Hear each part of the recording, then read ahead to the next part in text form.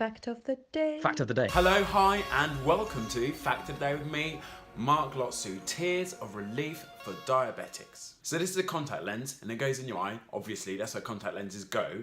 And if your blood sugar levels get too high, then it lets you know about it. Diabetes is a condition where your body can't regulate its blood glucose, its blood sugar levels, properly. And if your blood glucose levels get too high, then it can lead to organ damage and death. So current glucose monitoring techniques, because you need to monitor how high or low your blood glucose is, involves pricking your finger and then putting it into a glucose meter, which then detects how much glucose is in your blood and lets you know whether you need to take insulin to reduce the amount of glucose, or you need to have some food which will give you a quick glucose boost. Now, Jang-Ung Park and his colleagues at the Ulsan National Institute of Science and Technology in South Korea have developed a contact lens that does exactly the same thing. It doesn't prick your finger, but this monitors the glucose levels in your tears. So it's clear and flexible. Obviously it has to be, otherwise you wouldn't be able to have it in your eye.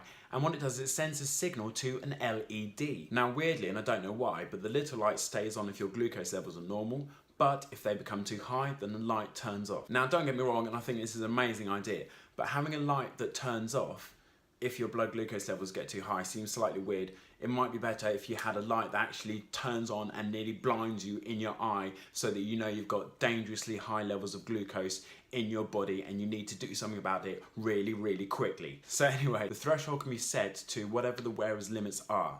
So if your doctor says, well, you can tolerate this much blood glucose before it becomes a problem, then that's the level you set it to. And you can only see the LED when you look in a mirror. So you look in a mirror, you see if the light is on. If the light is on, you're all good. If the light's gone off, then you're stuffed. If it's a really bright day and there's a reflection, you might be confused about it. So another reason maybe to switch it around. Light comes on if it's bad news, and a bright light at that. Why do you have to look in the mirror? Because the light and the sensor are at the side of the contact lens, so they're not obstructing the view of the pupil. So this has been trialled on Peter Rabbit. It was not actually Peter Rabbit, it's just a rabbit. It might be called Peter, but anyway, it was trialled, didn't cause any irritation, didn't cause any overheating that they know of to the rabbit, and seems to work perfectly well. So when's it going to be available? Like with most things, the prototypes and in the early stage of development, it's going to be about 5 years down the line. But it's not just going to be used for people who want to adjust their medication or adjust their lifestyle. It can be used to give early indications of people who could potentially become diabetic and then allow early intervention processes. So other companies are also looking at glucose detecting devices,